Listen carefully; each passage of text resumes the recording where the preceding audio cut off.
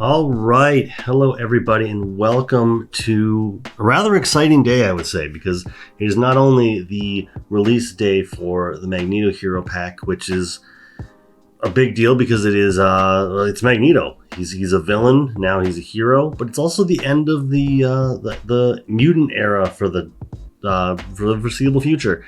And so that is a big deal. And so here we are.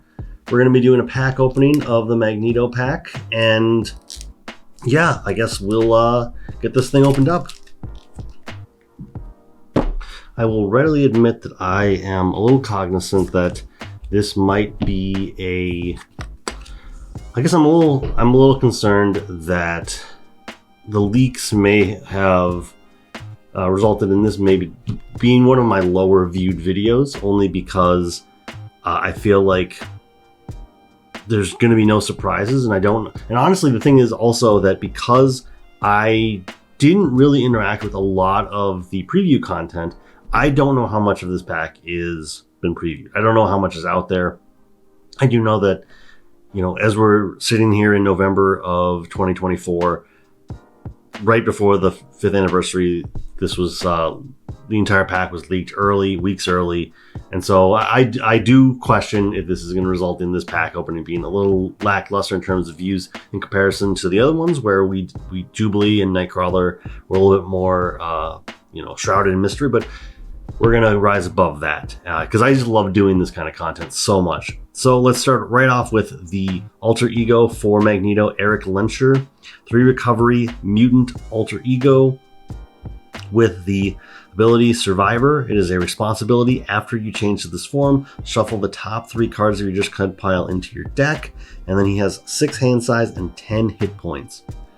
Okay, so you're going to be doing this quite a lot, and I have to imagine that based on the cost of some of his cards, that means that I know he cares a lot about magnetism, so I'm imagining he's going to be shuffling at least one magnet card back every turn while doing this. Either way, this is... You'd think with all the Marvel Champions I play, I would be able to maybe pull this out a little bit more, but I can't really think of another hero that does this much recursion. There's some recursion, like obviously Domino does some, but like this is pretty sizable recursion, and if you can control what's on the top of your discard pile, you're going to be able to just get back a lot of things and have that longevity. You're not going to get as many encounter cards, I wouldn't think, but maybe there's a key part of this mechanically that I'm just overlooking. But let's also get into the hero side. We've got Magneto, a 2/2/2 hero stat, X-Men with the magnetic pull ability. Action, discard cards off the top of your deck until a magnetic card is discarded. Put that card into your hand, limit once per round, 5 hand size, 10 hit points. It's weird because in my mind, like 10 hit points seems like so much, but I think that's just because so many of the mutants are just sort of like stuck at 8 or 9 health, and so 10 seems like so verbose now. Okay, so I suppose this is what's going to be the factor that's going to prevent you from really, skirting around encounter cards through going through your entire deck, because this, in theory, could be taking an awful lot of cards off the top of your deck. Although if I remember correctly, I think it said somewhere that every card in the kit is magnetic, so you're going to have at least 15 cards in your deck that are going to be able to fit this. So actually, I guess I'm on 2 minds. One, you could be going through your deck pretty quickly, all the better reason to do Digging Deep and White Fox. But at the same time, you might be hitting 1 or 2 cards before hitting that magnetic, and you're always going to have something that you can do, which is cool. We've got his support, Asteroid M, a 2-cost support, location magnetic, alter ego action, exhaust Asteroid M, shuffle the topmost magnetic card in your discard pile into your deck, and heal 1 damage from your identity. That's pretty cool. I guess my one hang up here is that I don't always love alter ego actions, but they're kind of needed for the game. They're just kind of part of what is Marvel Champions. I think the fact that you're already going to be shuffling cards from your discard pile in, this is just another way to guarantee that you're going to get a magnetic card, which I guess is good. And, every little bit helps with the consistency, which is appreciated. We've got Magneto's helmet, a 3-cost upgrade, armor magnetic. Magneto gains steady and a resource of exhaust Magneto's helmet to generate a wild resource for a magnetic card. I would say this is a little expensive, but it is also in his kit, and we've seen other trait lock stuff that does this kind of thing. And like I said, I feel pretty certain in saying that most of it, all of his kit is magnetic. So this is going to feed into, almost half of your deck. And, anytime a hero can have a resource generator, that's always good, because then that's one less card you need to think about. That's one less, you don't need to go out of your way to be like, okay, well, let me get, some kind of one for strength, or that only makes genius. This makes it wild. That seems pretty legit. And yeah, overall, just meat and potatoes card. Can't blame it too much. We've got Magneto's armor, a 2-cost upgrade, armor magnetic, response after you resolve the magnetic pull, which is his hero ability. If you discarded at least one of the following resource icons, genius, give him +1 thwart until the end of the round. I guess that's going to be important. It's one of the cards that you play with that really kind of boosts up X23 that I'm blanking on, but I'll put on the screen. So overall, maybe not the exact card I was thinking of, but this until the end of the round effect is what I was getting at. So genius gets you thwart, strength resource gets you attack, and energy gets you defense.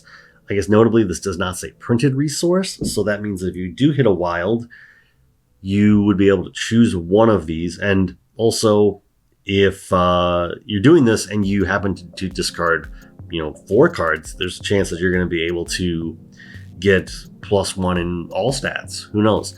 Most importantly, it is at least one of, so the important thing to remember here is just that you can't double up. If you hit strength, you only get 1 attack. I like this, and it takes...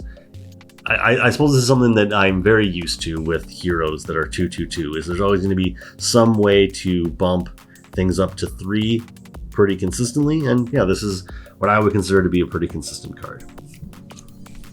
Then we've got Magneto's cape, a 2-cost upgrade, armor magnetic. Magneto gains the aerial trait, and response after you resolve his hero ability. Exhaust Magneto's cape, ready Magneto. Okay, yep, once again, 2 is a little expensive, but then again, this is magnetic, so you're going to be able to get it pretty reliably, and you have a wild resource outlet for this. So, and you gain aerial. I suppose if this didn't gain aerial, then I'd probably want this to cost 1. But overall, super nice, doesn't go away. I know sometimes we get cards with aerial that will have a way to kind of remove themselves, so you don't always consistently have aerial, but this seems like... Well, this just seems like a way to have aerial pretty consistently. Not as consistently as Thor or Monica Rambeau. I'm blanking on her name right now. Spectrum. You're not going to always have it as consistently as characters that just easily grab it or consistently have it. But this is nice. Magnetic Bubble, a 3-cost upgrade. Magnetic superpower. Magneto gains Retaliate 1. Nice.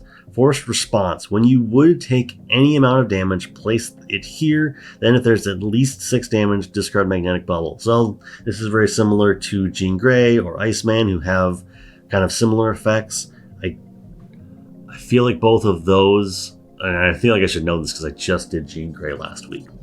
I don't think either of those come with an additional effect, but either way, being able to just block, 6, maybe 9 damage, just... Things build up, you take a big attack from Juggernaut or what have you, and until you've reached that threshold of 6, all that damage is going to be blocked. It's kind of a setback that you're going to lose Retaliate, but either way, you come to expect this kind of thing, and this is just I don't know what it is, but giving a hero Retaliate makes them feel like a villain, and I realize we don't have a lot of that. We probably over the course of the game we have 5 cards that match that criteria, but just Black Panther has it naturally, but any other time that a hero gets it, it always feels like, well, that's something that a villain does. Normally the villains are the ones that are harder to hit because they have Retaliate, but either way. Then we've got 2 copies of Wrapped in Metal, a 2-cost upgrade, magnetic again, hero form only, attached to a non-elite minion.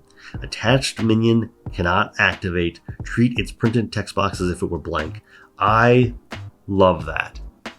The only setback is, and I'd have to check, I feel like the one that always comes to mind for you don't want to blank its text box is the sleeper, because I think you can't get rid of its side scheme if it's blank. That's really more of a carryover from Arkham, because I think that there's some ruling there where if a monster of some kind, or if a minion of some kind has victory, you don't get the victory because it was blank when you defeated it. But yeah, just the idea of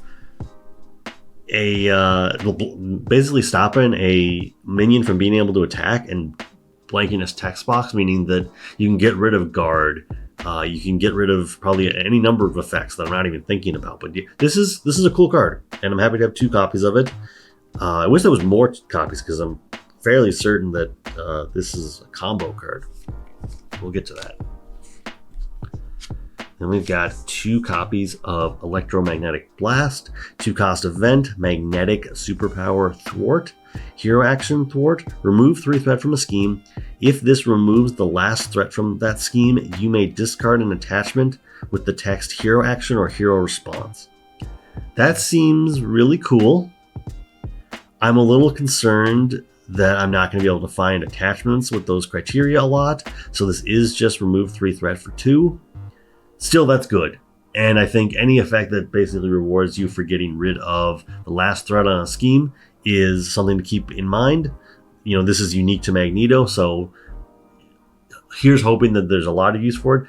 And it might also just be the scenarios I'm playing do not have a heavy amount of attachments that require this, but at the same time, they're probably more concentrated than I think they are, and I'm just not thinking of like a really good scenario. I suppose like probably Crossbones or Taskmaster has a lot of this, probably Magneto. But yeah, I'm kind of just blanking on ones where I feel like there's a lot of attachments now that are like permanent or just don't have a way to get rid of them. Yeah, either way, still cool card. I'm not thinking of where I would most take advantage of this. Then we've got 2 copies of Metal Shards. Actually, let me just... Yeah, he doesn't have any 3-ofs. That's both okay and not okay. I don't know. Metal Shards, a 3-cost event, attack magnetic superpower, hero action, deal 7 damage to an enemy. If that attack defeats the enemy, gain a tough status. That is cool. I like that. I like the reward. 7 damage is going to kill a lot of things. And so I think the idea that gaining a tough status off this is pretty cool. I think that's a good trade-off. Obviously, Swimming Web Kick does more damage, but this is going to prevent some damage. I guess that's actually something that I'm seeing here that's interesting, is that Magneto has a lot of protection here. And maybe not in like the capital P for protection, but he has a way to mitigate a lot of damage. He has 2 ways here, right here, to get a tough status. He has his magnetic bubble. He has the wrapped in metal to basically just prevent attacks. You know, I guess additionally, the card we're just looking at, Electromagnetic Blast, that's not necessarily preventing damage, but that's probably freeing up your ability to do things. So I don't know, this kind of feels very mid-range to me, and maybe I'm misusing that kind of terminology, but he does seem to be able to protect himself very well in a way that, you know, I haven't brewed any decks with him, but I'm starting to kind of see a path forward.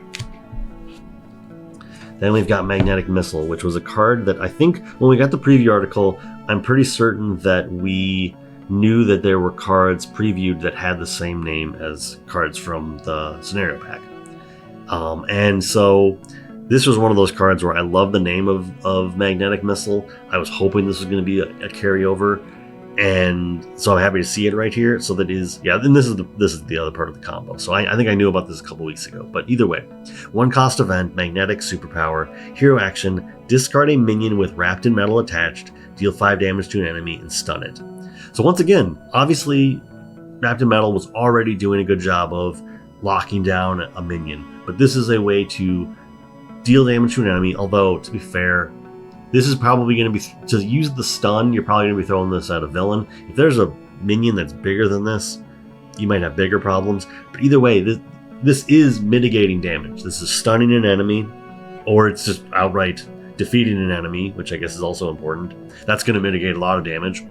Yeah, I think secretly Magneto is just really good at not taking damage, and I don't know if that means that he's going to be good in actual capital P protection, or if that just means that you can throw him in any trait, into any aspect, and he's just going to be able to kind of like very easily, control the situation. I suppose what I'm not seeing here is a way to make it so that you can easily get to alter ego, which is fine. I feel like if you're really strong in like stunning or just damage prevention, that carryover of Magneto's bubble, I guess as an example, the bubble is going to make it so that you can switch down to alter ego and you're still going to have that bubble there to be there when you turn back to hero form. But yeah, just a lot of hero protection, not a lot of alter ego mitigation here. And okay, last card. Last card is Master of Magnetism, a resource that's also magnetic, which, I guess when I said that they were all magnetic, I wasn't thinking that any kind of resource card would be in here that could also potentially be magnetic. But yeah, just double resource for energy and mental, which is just cool. I guess that's just another part of his economy, is that he's going to come with this extra resource outlet, and that's pretty cool. I also like the idea of getting multiple types. So that's his hero pack, and I'm actually really impressed. I do think that the damage mitigation is a really cool theme that he's got going on. But now we'll move on to his leadership deck, so let's talk about his leadership cards. We've got M, right out of, I suppose she's an X-Men here, but I mostly think of her as an X-Factor character. But either way, 4-cost ally, Psionic X-Men with 2 thwart, 3 attack, Psionic X-Men. And the response, after M enters play, defeating a minion... after M enters play, defeat a minion with fewer remaining hit points than M. Well, that seems like just you're asking for a combo here. The first place my mind goes to is... what's it called? Blitzkrieg. Not Blitzkrieg. Oh gosh, what is that called? You throw in an ally and it just comes back to your hand. Sneak attack. This seems like a card that I would use with sneak attack. Just throw it in, mitigate the four costs, and just come in and take out something with 4 or less remaining health. 3 or less remaining health. The fact that she hits for 3 and takes 2 consequential is also interesting. But overall, yeah, I just like the idea of... This is a cool card. I just like the idea of taking out a minion. And once you've taken him out, you can probably take on another one pretty easily, because she hits for 3. Kid Omega is the next one. This one I know I've seen. Is 2-cost ally, Psionic X-Men with 2 thwart, 2 attack, 2 health. And the response, when Kid Omega enters play, choose to either spend a energy resource to deal 1 damage to each enemy, or spend a mental resource to remove 1 threat from each scheme. This is a really cool card. I feel like everything I want to say about this might be hyperbole, but this just feels like a really good card. It costs 2.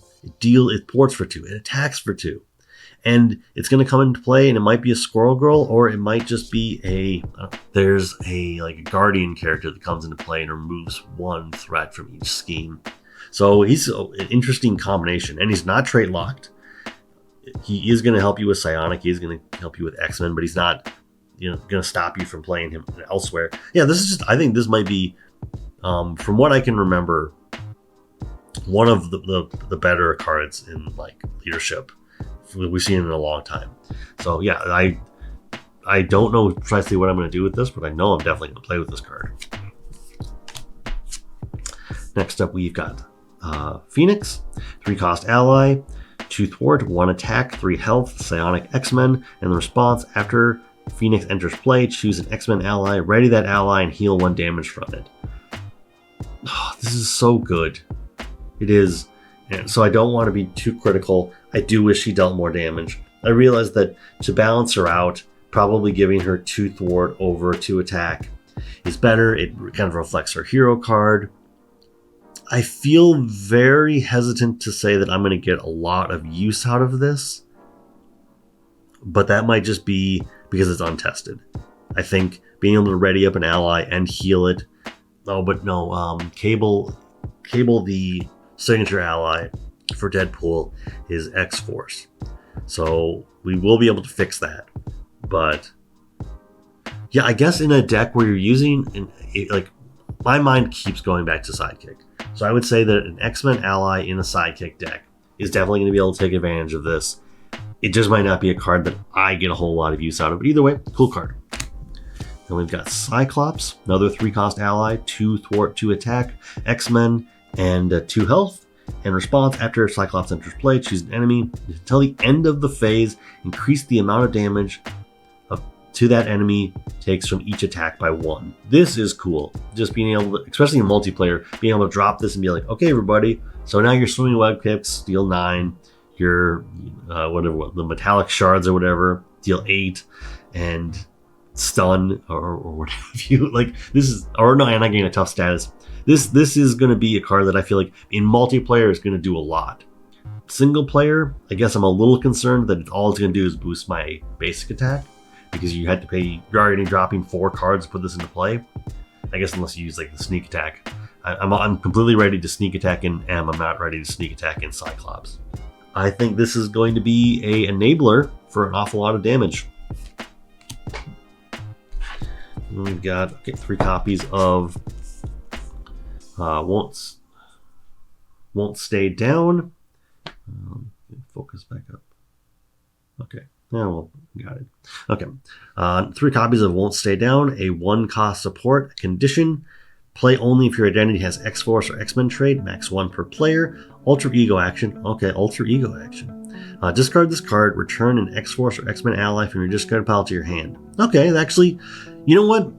I would be critical of this for being an Alter Ego action, but I think that gives this a unique identity. So you can recover an ally from your discard pile on a 1-cost support. On a support, it's not an event. So you can already have it in play. You can have the cards ready to play that ally out. Yeah, this isn't like a staple, but I think this is absolutely going to have a home somewhere. I think the trait lock does make it a little more difficult, although the fact that it's trait locked and it can only get things from those 2 traits is probably fine. I feel like this is going to have a home. I just can't think of precisely what I would do with it. But also, I'm not a strong leadership player, so there's probably great minds in the community that are going to have great things to do with this card. Then we've got 3 copies of Squared Off. For a second, I thought this was Spider-Woman, but I realize this is probably M. A 0-cost event, tactic, hero action, discard cards from the... Oh, okay, I see where this is going. Okay, discard cards from the encounter deck until you discard a minion. Put that minion into play, engage with you. Play an ally from your hand, reducing its cost by 3. Whew, okay, so 1, that gives a reason to play more expensive allies, which I think is probably a good thing. But second of all, you know, my mind always goes to Thor, because Thor is my, like, go-to hero. But just the ability to summon a minion in leadership and play out an ally and cheat some of the cost of that ally, yeah, this all seems really good. It really isn't. Do I have a misprint? Oh, that was okay. I thought I had a misprint. Like, you're telling me that the art isn't the same? Yeah, either way, I think this is a cool card. I think every aspect having the ability to pull in minions, I think that's true now, and I think that's a cool effect. And it's unique. I like that it's unique amongst every aspect. What the circumstances of that are. And we've got 3 copies of Focus. Okay, does it not know where to focus? Oh, maybe the. Okay, well, one of these will be legible. The camera will focus on one of them. It'll be legible. Okay. 3 copies of Noble Sacrifice, a 1-cost event, tactic. I suppose tactic is another thing I need to keep in mind. That's a Cyclops thing. I was going to say it was Psylocke, but Psylocke is skills. But tactic. Hero action, discard an ally you control, heal damage from your hero equal to that ally's printed hit points, and give your hero a tough status. Okay, this might be buying me over to some kind of archetype that I'm not familiar with in leadership or doesn't exist yet, but this could be another fun way to play leadership. Just really super ally build. I suppose this is a way to, is that rapid response? This is a way, no, I think rapid response it needs to have gone to the discard pile from consequential damage. I might be getting that wrong. Either way, ally recursion is getting a lot of new things here, and I think that's important. Being able to heal up, for one, being able to get a tough status. Yeah, this all seems good. Not for everybody, not for every deck, but I do think that I can see a path forward with this card.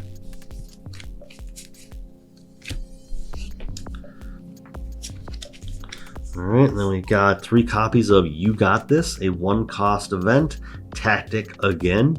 Hero response: after you exhaust your hero to make a basic thwart or attack, discard an ally you control, add that ally's matching power to your hero's power. For this use, ready your hero. That's just like stacks on stacks on stacks. Oh, wow. I was impressed already.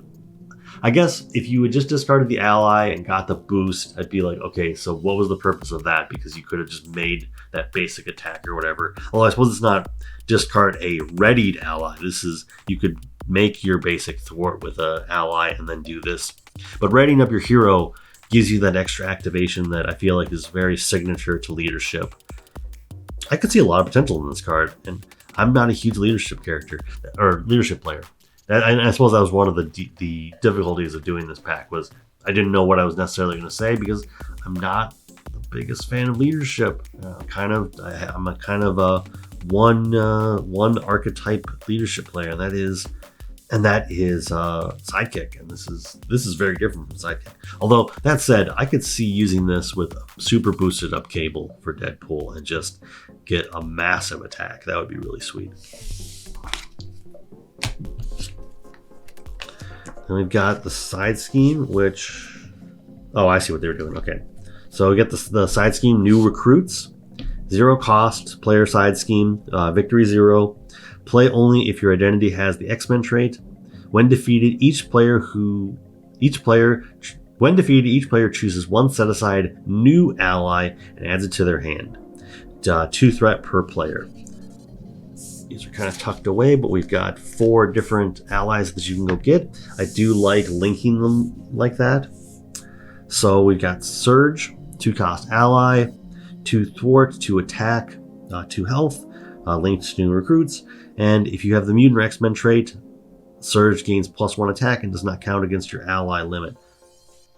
Oh, okay, that's an interesting twist. I had not considered. So she counts against your ally limit if you're like an Avenger or a Guardian, but if you fit into the mutant traits, she doesn't count against it, plus she gets an additional attack. That's cool, like just she's more attacky.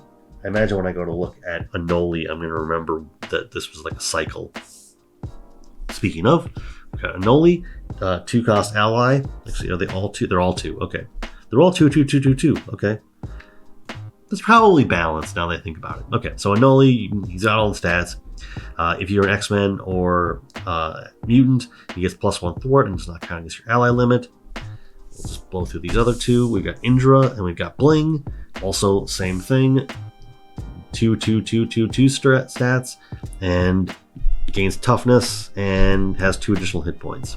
So overall, I think that is a cool way to do the linked kind of thing. We saw that with the rolls or something in X23, but this is, I think, getting you allies that go to your hand and have a special bonus. Like, yeah, I think overall, I don't know that I'll get a huge amount of use out of this personally, but I can certainly see where in multiplayer this is going to be just a really good support card. And I think that is something that, we just saw Maria Hill yesterday.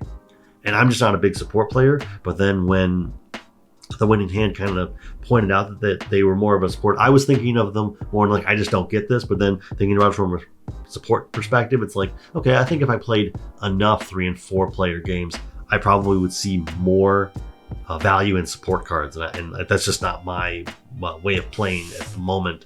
So I kind of overlooked that. But yeah, this is a cool support. Okay, just keep pushing forward here. Oh gosh, keep going. Okay, we've got the White Queen, Emma Frost, 3-cost ally, 2 thwart, 1 attack, 3 health, psionic and X-Men. Play only if you have X-Force or X-Men trait. Response: after White Queen enters play, discard a status card from a character. Okay, so you could get rid of Tough on a villain, you could get rid of Confuse or Stun on one of your friendly characters. I like that it's basic. Trait lock makes enough sense to me. I guess my only nitpick from a character perspective is I would have been okay if this maybe was a 3 threat or a 3 thwart, but that might have been overpowered. Either way, cool card. I think just being able to get a body and remove a tough status in some form or fashion is cool. Got the card that I don't think I even meant to know about, but it's hard to dodge now. Face the Past, 0-cost event. Oh, there is only 1 copy. Okay, that I was not aware of. 1 max 1 per deck. Search the encounter deck, discard pile, and set aside area for your Nemesis minion and reveal it. Ready your hero and draw 3 cards. You cannot attack the villain this phase. Remove this card from the game. I think of Thor, but I also think of Thor and the fact that it's like, even drawing 5 cards, I don't know that putting Loki into play is a good idea. But other villain or other heroes being able to grab their Nemesis, I think Nemesis minions are the kind of thing that I feel like you kind of would like the ability to pull them into play and not be surprised by them.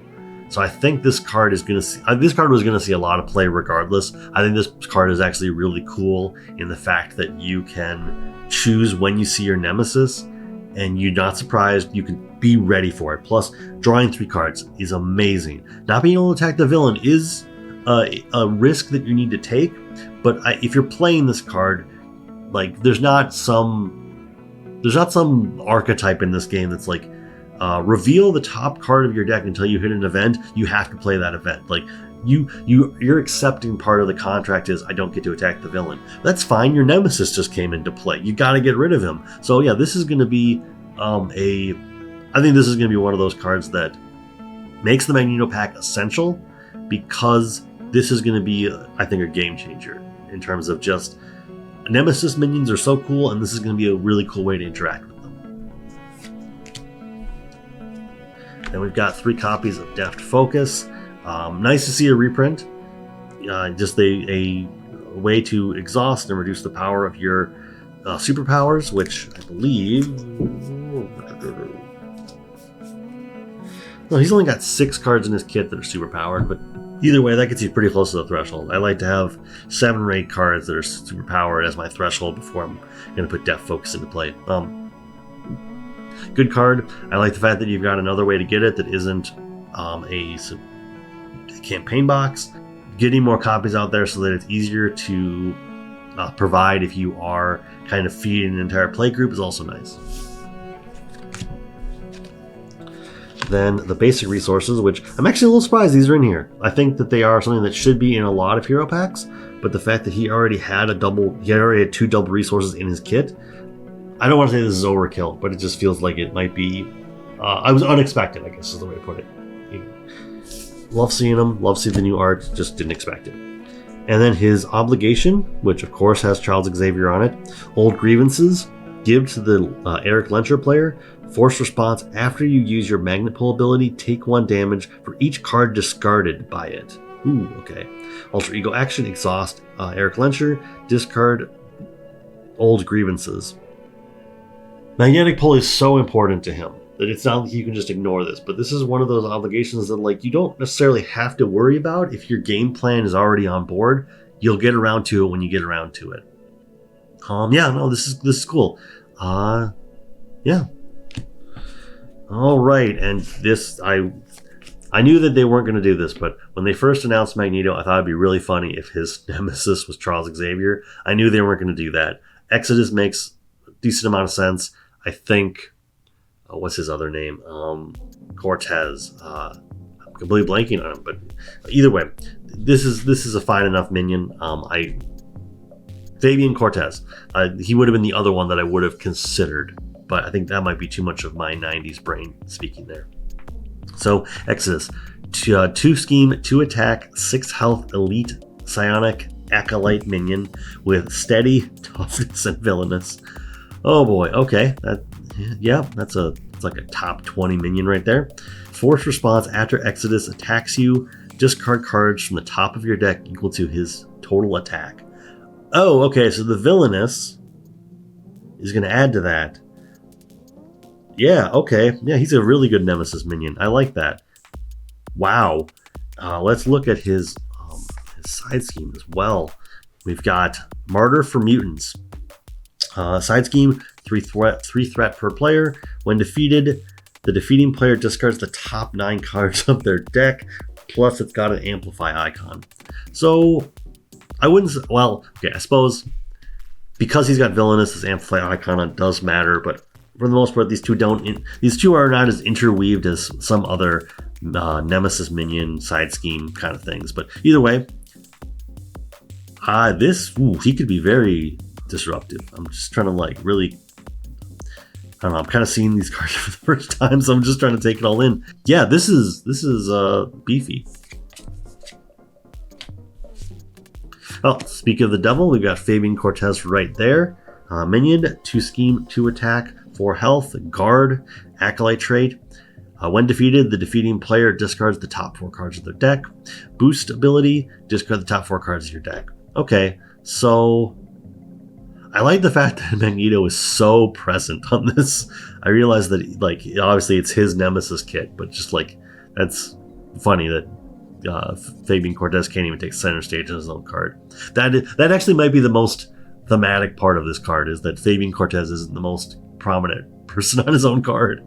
Guard is significant. That's going to be a speed bump, and the fact that it's going to slow you down for at least 1 attack. And I think Magneto is very capable of taking advantage of only using 1 event to get rid of him. We've got Frenzy, a 2 scheme, 2 attack, quick strike minion with 4 health and the acolyte trait. Force response after Frenzy attacks you, discard the top 2 cards of your deck. And boost ability, discard the top 4 cards of your deck. Oh, actually, okay. So they both do that. That's cool and thematic. Oh, and wow, okay, so just the Nemesis kit in itself is just trying to basically discard the top cards of your deck. That's a cool through line. Overall, she's a little bit more prominent than Fabian was. Last card here is Angry Acolyte, a treachery. Oh, I suppose that is okay. That's all the cards for this. When revealed, each Acolyte minion engaged with a player activates against that player. If no minion activated this way, discard cards from the top of the encounter deck until an Acolyte minion is discarded. Reveal that minion. Okay, yeah, and then 2 icons. And so now we're just moving to the back of the pack. All right. Oh, okay. This is a little bit different than I was expecting. Okay. So this is the card that I had seen everywhere and did not even know if it was real. Because I see people post things that are custom content occasionally, and so much of it looks real that I wasn't sure if this was a real card at first. And then other people were talking about it, and I began to believe that, this might actually be a real card. So 1 cost support, play under any player's control, max 1 per player. Each X-Factor, X-Force, and X-Men character you control gains the X-Factor, X-Force, and X-Men trait. So this is wild. This is going to make cross synergy probably just great. There was the card out of Nightcrawler that cared about, it was like gunboat diplomacy. I feel like that's going to be far more viable than it was before. Yeah, this is such a cool card, and I'm happy that I'll be able to pass it out to other people. And yeah, just overall, sweet card. And then we have a modular encounter set, which I was very excited by. We've got the Hellfire Club. And yeah, so we'll look at these all individually. I don't know why I put all of them up. Okay, so we got Sebastian Shaw, a 1 scheme 2 attack minion with 5 health, and the Hellfire Club, Hellfire trait, toughness and villainous. Force response: after Sebastian Shaw is attacked, give him a face down boost card. He cannot be attacked again this phase. That's pretty cool. So you can attack him once. He's got toughness. So you're definitely gonna need to attack him twice, but he cannot be, okay, so if you're a multiplayer, he just gets a boost icon and you can't do anything about it. He gets a boost card and you can't do anything about it. That's great. Wow, we need more minions like this. This is clever design. I like that. Celine, 1 scheme, 1 attack, 4 health, Hellfire minion, quick strike and villainous. Allies cannot attack Celine. And a boost ability of discard an ally you control. Yeah, that seems thematic. She's pretty good at just like taking out little pawns, so her boost ability makes sense. Also unique, they both have villainous, but villainous and quick strike is cool. Kind of balances out that 1 attack. And yeah, just can't be attacked by allies, so you're going to be needing to throw your events at her, I guess. Then we've got Hellfire Pawn, a 1 scheme 2 attack 3 health Hellfire minion with guard, patrol, and surge. We've seen this before. Yeah, and clarifying that patrol is when he's engaged with you cannot thwart the main scheme.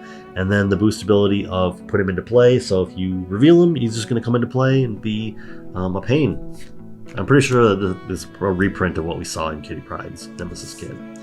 Then the side scheme, the Inner Circle. When revealed, place 2 additional threat here for each Hellfire card in play and an Amplify icon. And then just a base of 4 threats, so could be 4, could be 6, could be 8. Yeah, there's not the biggest speed bump, but I can certainly see why this would be an annoying card to deal with. And last card for everything is Power and Decadence, a treachery. When revealed, give the villain a tough status card. Give this card to a villain as a face down boost card. Ooh, okay. And then the boost ability, after this activation, the activating enemy activates against you again. Do not give it a boost card. Oh, okay. Wow. Okay, so this, I gotta wrap my mind around this. Okay, so it gets revealed, you give a tough status, you put it down, you put it back down in front of the villain. Then when the villain activates, they reveal this card, they activate again. Wow. Okay, I am so happy that this is in a modular encounter set that you don't have to deal with. This is actually really, I can see this being really powerful. Wow, oh my gosh, okay. Yeah, that's a loaded final card to talk about, jeez. And that is it. That is Magneto.